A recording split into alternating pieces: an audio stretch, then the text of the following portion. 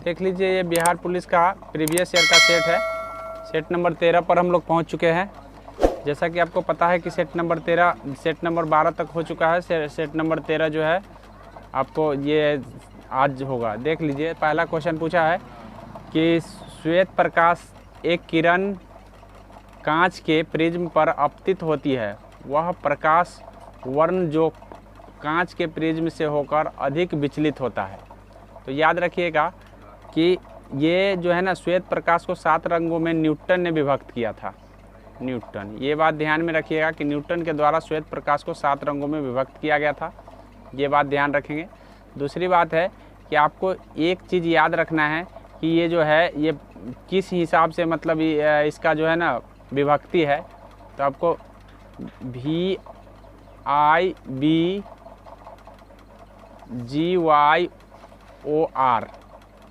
ये याद कर लीजिएगा। लास्ट शुरू में आपका बैगनी रंग आता है और लास्ट में रेड रंग आता है। तो बैगनी रंग का सबसे ज़्यादा विचलन होता है और सबसे कम विचलन जो होता है रेड मतलब लाल का होता है। तो ये ध्यान में कर लीजिएगा। ये अगर आपको ये पूरा याद है तो इस तरह से ध्यान रखिएगा। इससे ज़्यादा इसका विचलन हो मतलब सबसे कम विचलन इसका है, इसके बाद इसका होगा, फिर इसका होगा, फिर इसका होगा, फिर इसका होगा, इसका होगा। इस तरह से 7 रंगों का विचलन है। तो सबसे ज़्यादा अगर विचलन पूछा जाता है तो बैगनी का, अगर बैगनी नहीं होता तो ब्लू होता तो ब्लू लगाते, और सबसे कम पूछा जाता तो रेड लगाते हैं। लेकिन एक चीज़ और पूछा जाता है, तरंग दैर्घ्य। तो तरंग दैर्घ्य याद रखिएगा, जिसका विचलन ज़्यादा होता है उसका तरंग दैर्घ्य कम होता है। तो बैगनी का तरंग दैर्घ्य सबसे कम होता है और लाल का जो है ना तरंग दैर्घ्य सबसे ज़्यादा होता है।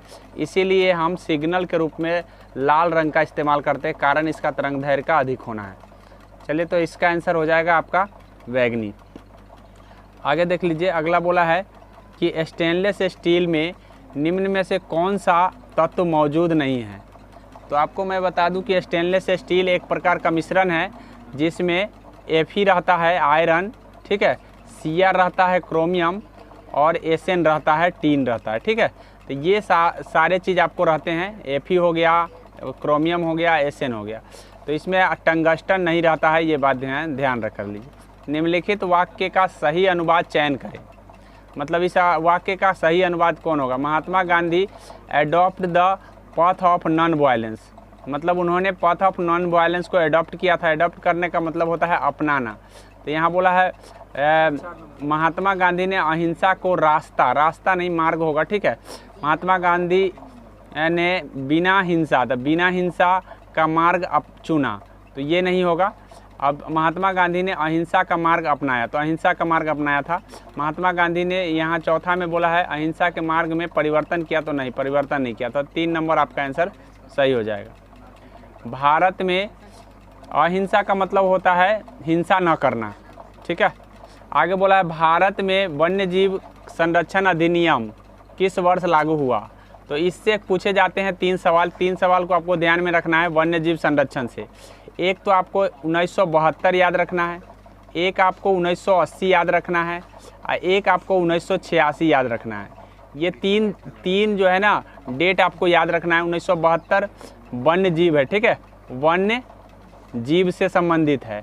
वही वन से संबंधित आपका 1980 है और पर्यावरण से संबंधित आपका जो है 1986 है। तो इस डेट को आप याद रखेंगे, नहीं तो इसमें कन्फ्यूजन हो सकता है कि 72 क्यों। तो पहले वन जीव को बचाया गया, फिर जीव देखा जीव तो बच रहे हैं लेकिन वन्य नष्ट हो रहा है तो वन को बचाया गया। फिर जब वन तो बच रहे हैं लेकिन पर्यावरण दूषित हो रहा है तो पर्यावरण को बचाया गया 86 में। तो आपको 72, 80 और 86 का बात याद रखना है। इससे आपका आंसर हो जाएगा। यहाँ वन्य जीव संरक्षण बोला है तो इसका आंसर 1972 हो जाएगा। आगे बोला है उन तत्वों के समूह को छांटिए जिनमें केवल धातुएं हैं। तो याद रखिए, बेरिलियम धातु होता है, कैल्शियम धातु होता है, स्ट्रॉन्जियम धातु होता है और सोडियम धातु होता है। तो इसका आंसर 4 हो जाएगा। बोला है भार का एसआई मात्रक क्या है। तो भार का एसआई मात्रक न्यूटन होता है। ये बात ध्यान में कर लीजिए। बल का और भार का दोनों का मात्रक सेम होता है, ये बात ध्यान में कर लीजिए, न्यूटन। भार का एसआई मात्रक पूछा है, भार का एसआई मात्रक न्यूटन होता है। निम्नलिखित में से जम्मू एवं कश्मीर में खारे पानी का झील कौन सी है। तो बुलर झील मीठे पानी का झील है, ठीक है। डल झील भी मीठे पानी का झील है।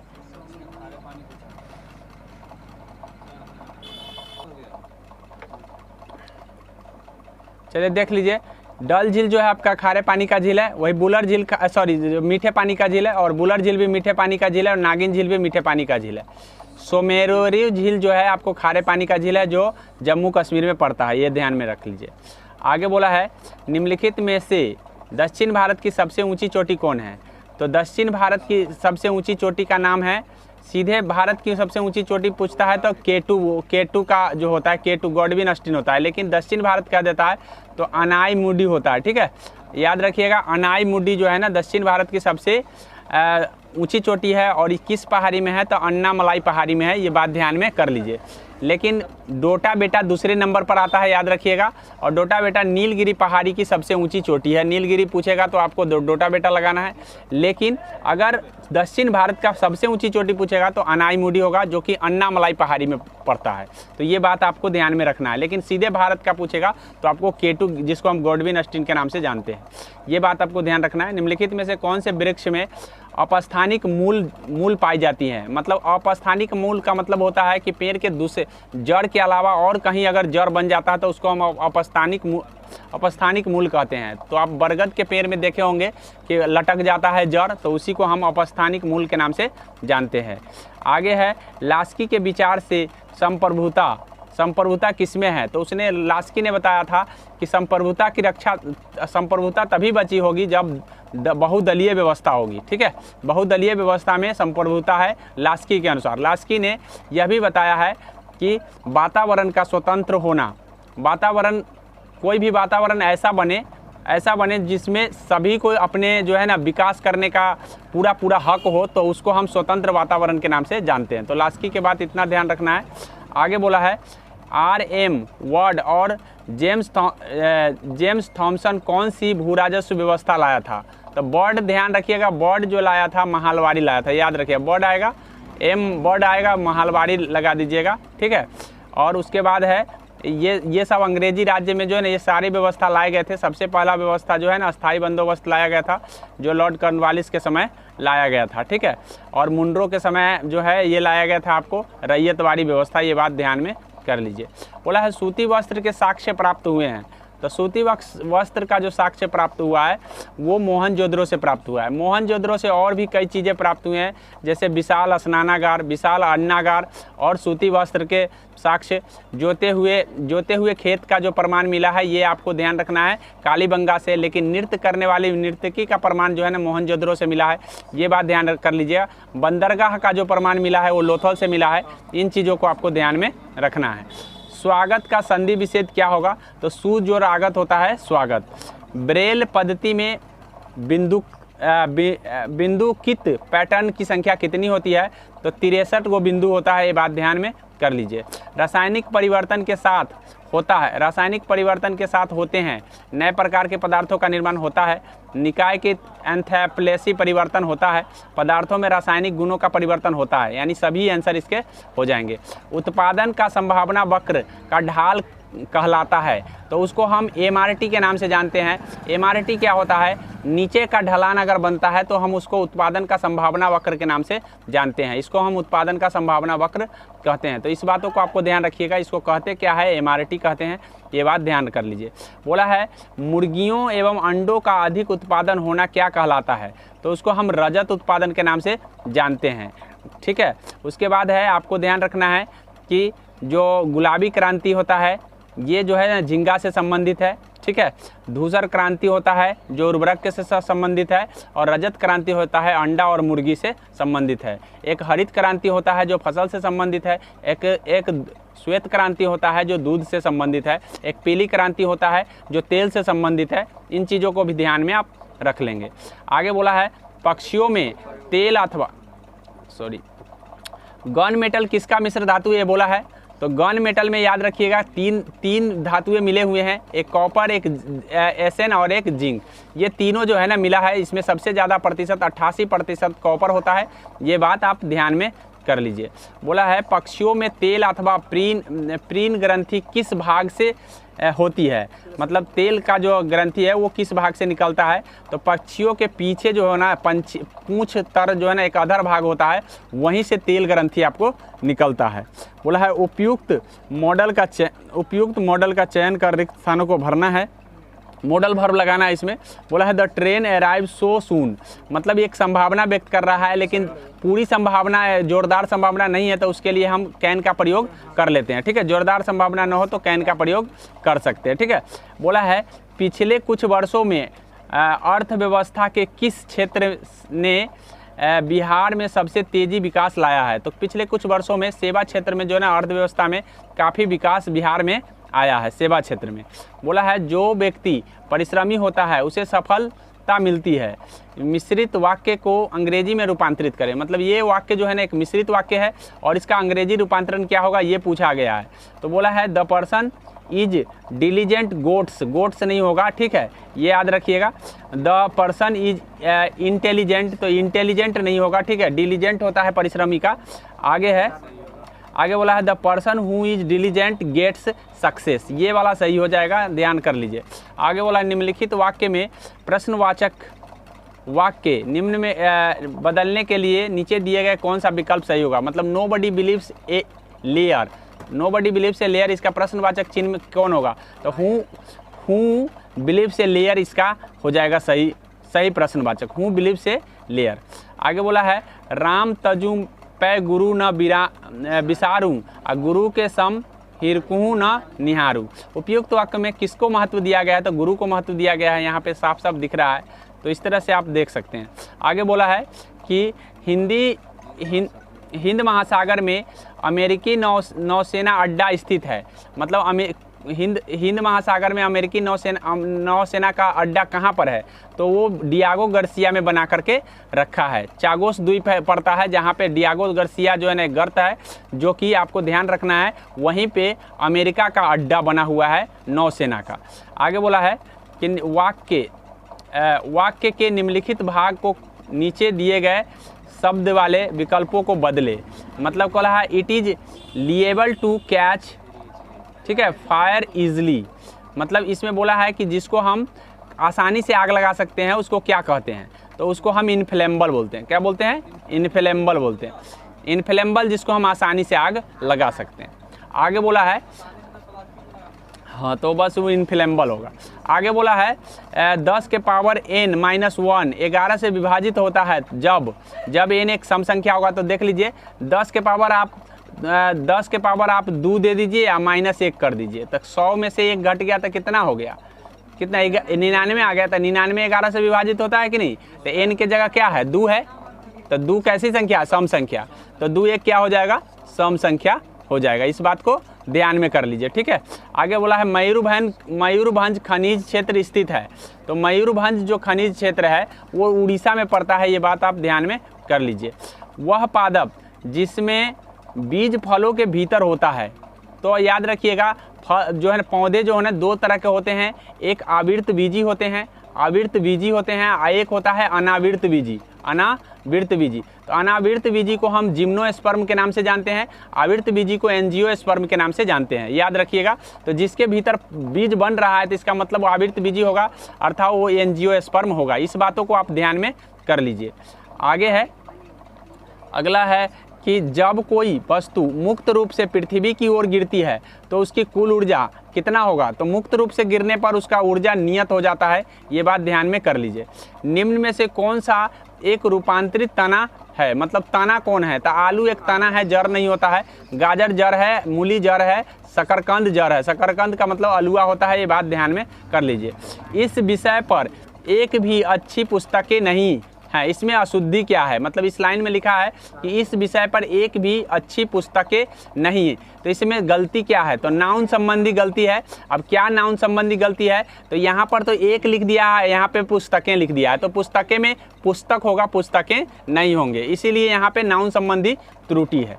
आगे बोला है यदि 7 नारंगियों का क्रय मूल्य 6 नारंगियों के विक्रय मूल्य के बराबर है, ठीक है, तो आपको बताना है कि क्या हुआ। तो ध्यान रखिएगा 7 गो में जितना में खरीदा वो 6 गो में बेच करके पैसा ले लिया, तो इसका मतलब एगो उसको बच गया, तो उसको मुनाफा हो गया। तो मुनाफा इसका मतलब है कि उसका लाभ प्रतिशत कितना होगा, 100 पूछा है, तो लाभ प्रतिशत याद रखिए 7 घटाओ 6 अब बटे में जो जितना में मुनाफा हो रहा है बेचने पर उतना नीचे रख देंगे या गुने में 100 कर देंगे। इसको ऐसा करने से 1/6 × 100 आ जाता है।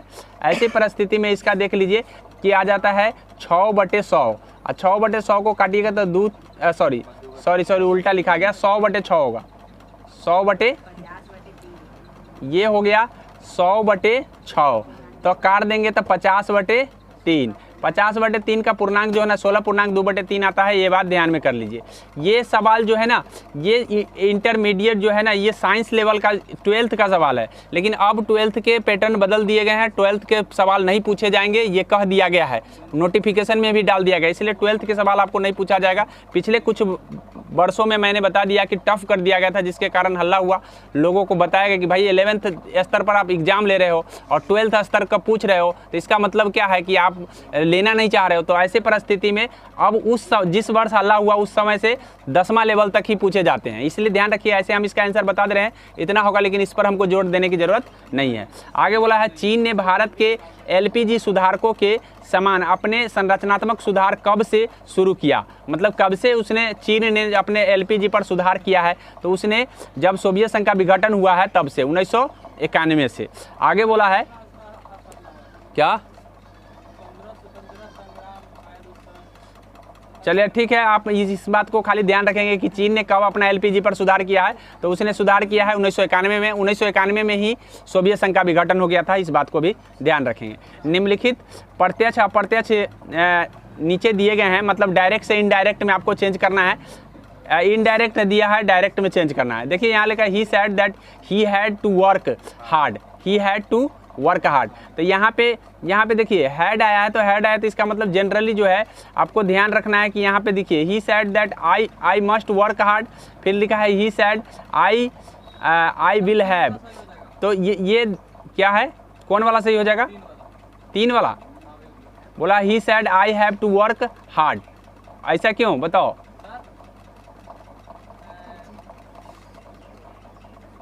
देखिए प्रेजेंट परफेक्ट पास्ट परफेक्ट में बदलता है, याद रखिएगा, ठीक है। तो यहाँ पे तो ये परफेक्ट का वाक्य नहीं है, तो ये तो गलती हो गया, ठीक है, पहला।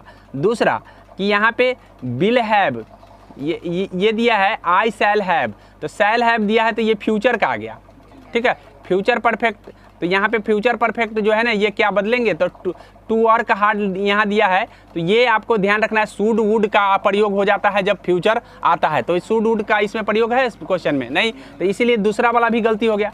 तीसरा वाला में देखिए और चौथा वाला में देख लीजिए, इसमें भी सेल आ गया तो ये भी गलती हो गया, तो 3 नंबर सही होगा। ऐसे काट करके अगर हम बनाएंगे तो याद रखिएगा सही होगा हमेशा।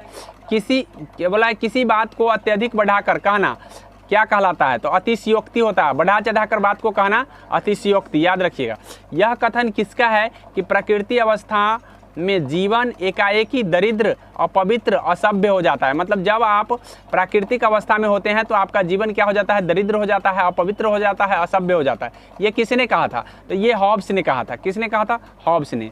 आगे बोला है साइन और कॉस ए को जोड़ करके पी आता है, और फिर सेक और कॉसेक को जोड़ करके क्यू आता है। तो बताइए कि इसकी वैल्यू क्या आएगी? तो याद रखिएगा, जब भी हम जोड़ते हैं इसको, अगर हम जोड़ते हैं साइन कॉस को, अगर हम ये सेक दिया तो सेक का उल्टा हो जाएगा कॉस, और जोड़ 1/, इसका कॉसेक दिया है तो 1/, साइन। जब हम इसको जोड़ते हैं तो ऐसी परिस्थिति में हमको आ जाता है साइन जोड़ कॉस बटे साइन इंटू कॉस। अब बराबरा में क्यू दिया हुआ है, क्या दिया है? क्यू।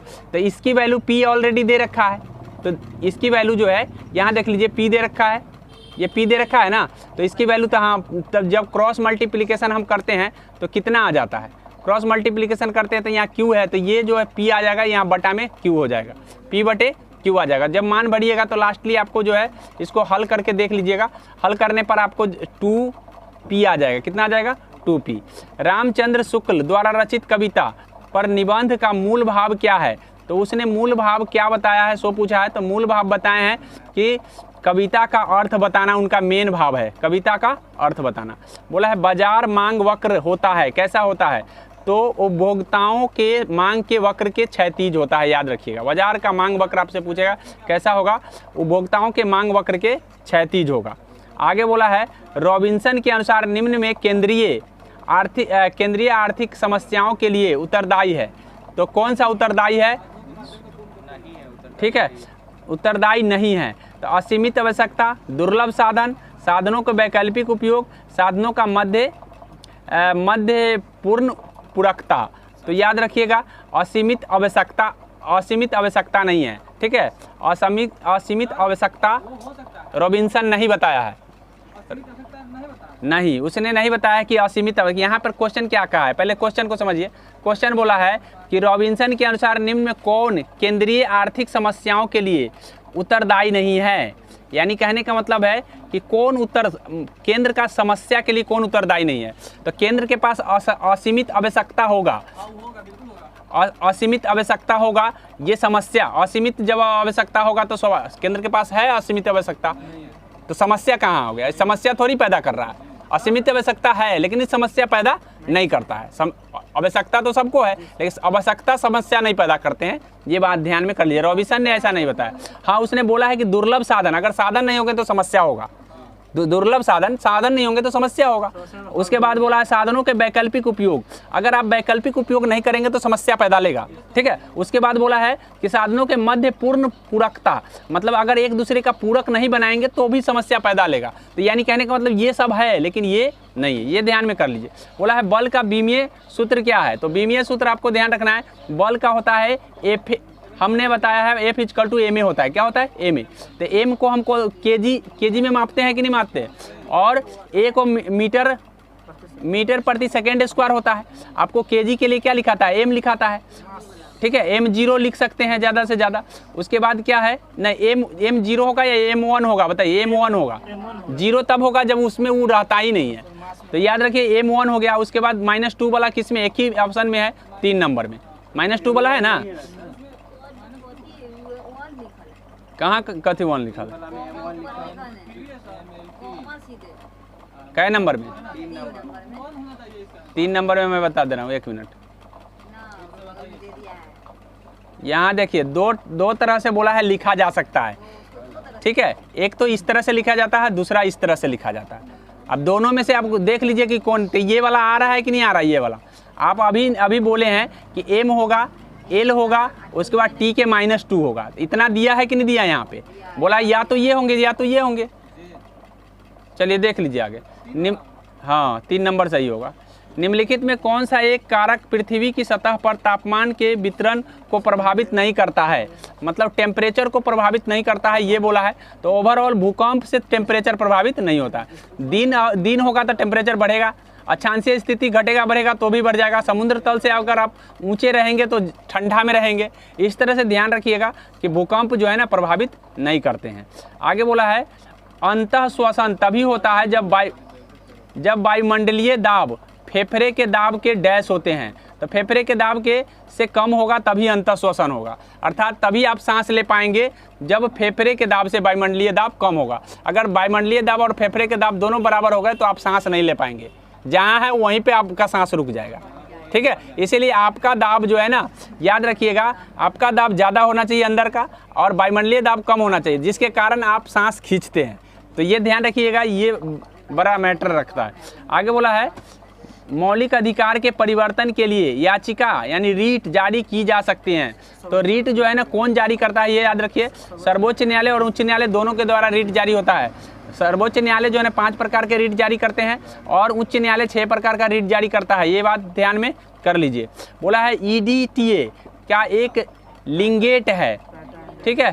तो EDTA जो है ना हेक्साडेंटेट का लिंगेट माना जाता है, एक प्रकार का रसायन है और ये रसायन जो है ना, याद रखिए किसका रसायन है, ये ध्यान में कर लीजिए। बोला है कि गलत जोड़ा चुनिए, गलत जोड़ा चुनिए। तो मधुमक्खी को हम पालन को मौना पालन के नाम से जानते हैं, याद रखिएगा, ठीक है। मछली के पालन को मत्स्य पालन मत्स्यकी कहा जाता है। पक्षी के पालन को हम उदाहरण नहीं कहते हैं, इसको हम पोल्ट्री कहते हैं। क्या कहते हैं, पोल्ट्री। याद रखिए पक्षियों का पालन पोल्ट्री होता है, तो ये गलत है, तीसरा नंबर, ये तीसरे नंबर। रेशम कीट को हम रेशम कीट पालन के नाम से जानते हैं, तो सब सही है, इसमें एक गलती है, गलती वाला ढूंढना था। आगे बोला है राजकोषीय घाटे को कैसे प्रभावित करते हैं, मतलब राजकोषीय घाटा आप सुनते होंगे, तो राजकोषीय घाटा है क्या, तो राजकोषीय घाटा बराबर होता है कुल खर्चा किए सो, मतलब कुल जो आपको राजस्व मिला सो और उसमें से गैर पूंजी जो प्राप्त हुआ सो, दोनों को जोड़ देते हैं तो ये क्या बन जाता है, राजकोषीय घाटा। तो यहीं पे हमारा सेशन एंड होता है।